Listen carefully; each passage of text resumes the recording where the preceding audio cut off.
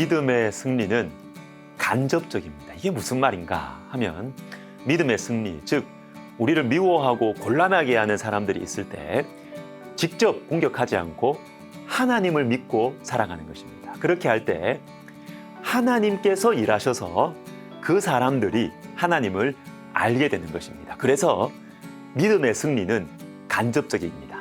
간접적이기 때문에 더 기쁘고 감격스러워요.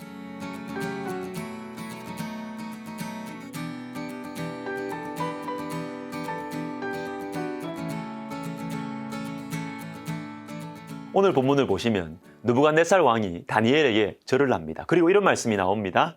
너희 하나님은 참으로 모든 신들의 신이시요 모든 왕의 주제시로다. 하나님은 또 은밀한 것을 나타내시는 이시로다. 우리가 하나님의 증인으로서 하나님의 이름과 능력을 우리가 말하는 것도 중요하지만요. 하나님을 모르고 멸시하는 사람들, 그 사람들의 입을 통해서 하나님의 영광이 높아지는 것은 더 기쁘고 감격스러워요. 다니엘서에서는 이런 장면이 많이 나옵니다. 다니엘의 세 친구들이 뜨거운 풀무불에서 상하지 않았을 때 느부갓네살 왕이 이 세 사람의 하나님을 찬송하죠. 다니엘 3장 28절과 29절입니다. 또 4장에서 왕이 교만해서 짐승처럼 살게 될 것을 꿈으로 보았을 때에도 이 왕이 하나님을 찬양하고 칭송하고 경배합니다. 바사왕 다리오 왕도 하나님의 능력과 권세를 찬양하고 다니엘이 하나님을 향한 신앙을 걸고 목숨을 걸고 이 믿음으로 사자굴에 들어갔다가 살아나왔을 때 다리오 왕이 하나님을 경배해요. 6장이죠. 하나님을 모르는 사람들이 우리의 모습을 보고 하나님을 알게 되는 것, 이건 믿음의 승리죠. 그리고 이것은 간접적입니다. 그렇기 때문에 더 좋습니다. 왜냐하면 내가 드러나지 않거든요. 하나님이 드러나기 때문입니다. 만약 내가 기도하자마자 무슨 일이 일어난다면 그죠? 내가 기도하는 그 장소에서 무슨 일이 일어난다면 사람들은 하나님보다 기도한 나를 주목할 것입니다. 그러나 간접적인 승리는 능력의 주인이 누구인지를 보여주십니다. 우리가 하나님의 힘으로 이겼다는 것을, 우리가 하나님께 속해 있다는 것을 증명해 주는 것이죠. 마태복음 5장 16절 이런 말씀이 있습니다. 이같이 너희 빛이 사람 앞에 비치게 하여 그들로 너희 착한 행실을 보고 하늘에 계신 너희 아버지께 영광을 돌리게 하라.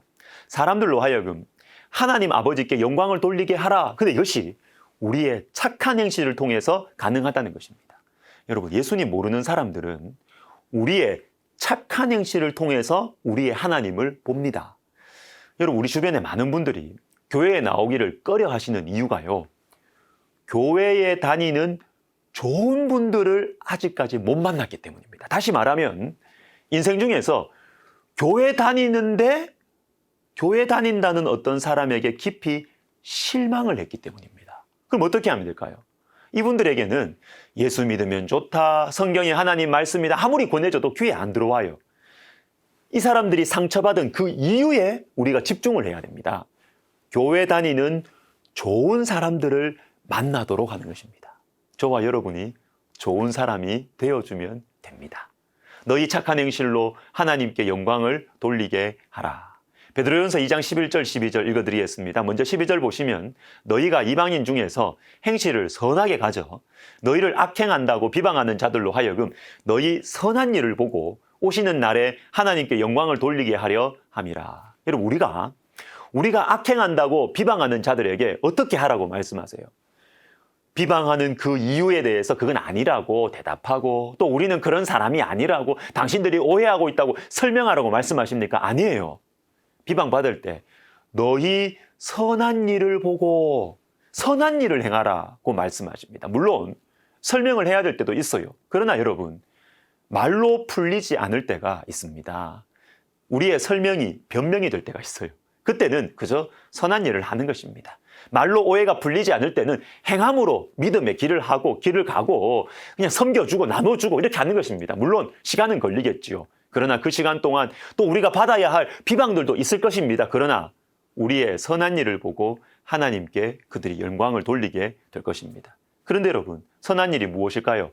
바로 앞에 나오는 베드로전서 2장 11절에 나옵니다. 사랑하는 자들아, 거류민과 나그네 같은 너희를 권하노니 영혼을 거스러 싸우는 육체의 정욕을 제어하라. 그리고 나서 선한 일이 나와요. 그러니까 이 말씀의 문맥에서는 영혼을 거슬러 싸우는 육체의 정욕을 제어하는 것, 이게 선한 일입니다. 특별히 이 말씀은 1차적으로 거류민과 나그네 같은 성도들에게 주신 말씀이거든요. 여러분, 우리는 이 땅을 주인처럼 살아가지 않습니다. 우리는 이 땅의 손님처럼 살아가요. 내 집, 내 소유가 없는 것처럼 살아가는 사람들이 저와 여러분 하나님 성도들입니다. 근데 여기서 여러분 혹시 여러분 주인처럼 살고 계세요? 가지고 계신 건 너무 많습니까? 그래서 이 땅에 막 미련이 너무 많으십니까? 떠나면 안 됩니까? 우리 영혼에 문제가 생긴 것입니다.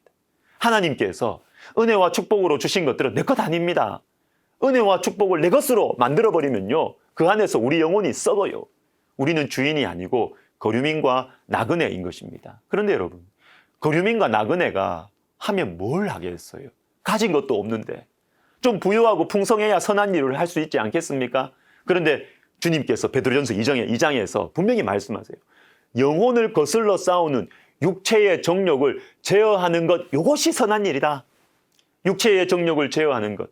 다시 말해서 하나님의 말씀에 순종하기 위해서 나의 욕심을 제어하는 것, 이게 별게 아닌 게 아니고 나 개인적인 신앙에 멈춘다고 여겨지지 말고 이게 그런 것이 아니고 이게 바로 선한 일이다. 우리 자신이 말씀대로 살아가기 위해서 애를 쓰는 것이 선한 일이고 이것을 통해서 하나님 모르는 사람들이 하나님께 영광을 돌리게 된다라는 것입니다.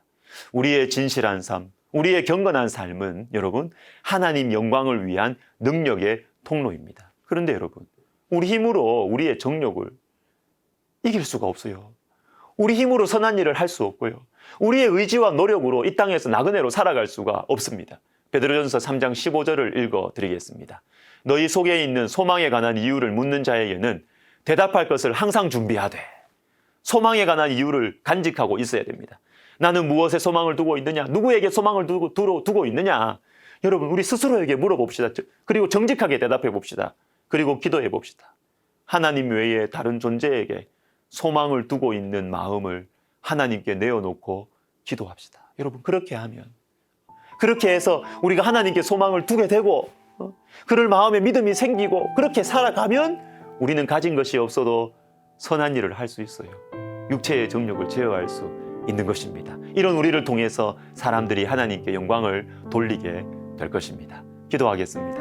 하나님, 우리의 삶이, 우리의 믿음이 초라하게 느껴질 때가 많습니다. 그러나 내가 있는 이 자리에서 말씀에 순종하기 위하여 믿음의 한 걸음 내딛는 것이 하나님 앞에서는 선한 일이고 하나님의 영광을 드러내는 것임을 우리가 믿고 오늘 하루도 믿음으로 한 걸음, 진실한 믿음의 발걸음 내딛는 저희들 인생 되게 하여 주옵소서. 예수님의 이름으로 기도하옵나이다.